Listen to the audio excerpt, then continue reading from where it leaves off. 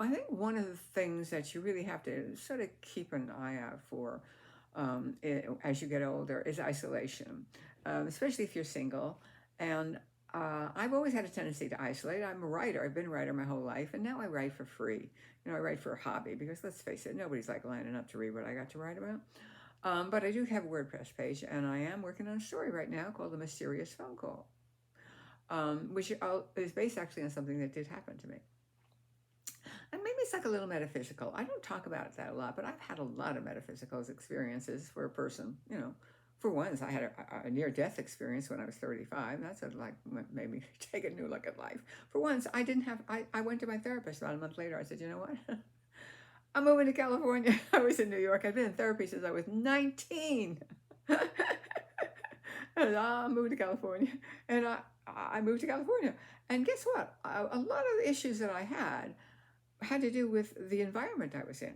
Because New York is like, I know everybody loved it, and I loved it too, by the way, when I was there. But you never see the sun. It's like living in a canyon, and it's very crowded, and you always feel like, I'm being pushed. I'm being jammed into the subway and buses. So I moved to California. It was like, oh my God, there's sunshine. I can't believe this. Now, I felt that Los Angeles was a little bit boring, frankly. I'm a New Yorker, and I was used to a little bit more stimulation than was available, and it's still available. They say it's a working town. It's like, Detroit cars. It's an industry town, and the industry is mainly entertainment, or it was up until AI. We'll see what's going to happen. Um, so, yeah, I think that was a big one. That made me think, oh, wow, there's more to life than I realized. There's more to life than we can understand. So this was a metaphysical phone call. And so I've been trying to, a way to, make it palatable to people who maybe aren't metaphysical and probably think I had a hallucination. Actually, another person involved, so it's not a hallucination. This morning I woke up and I thought, you have to join a yoga class, Carol, because you spent enough time by yourself now. Get over it.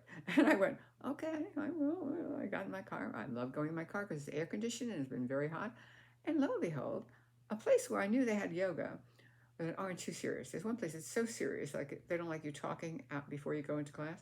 This place looked just perfect, and there were only about 8 people there, and they all looked in my age range, which, as we know, is in my mid 80s. Every day is an adventure for me. So, next week I start yoga, and I'm very happy about that.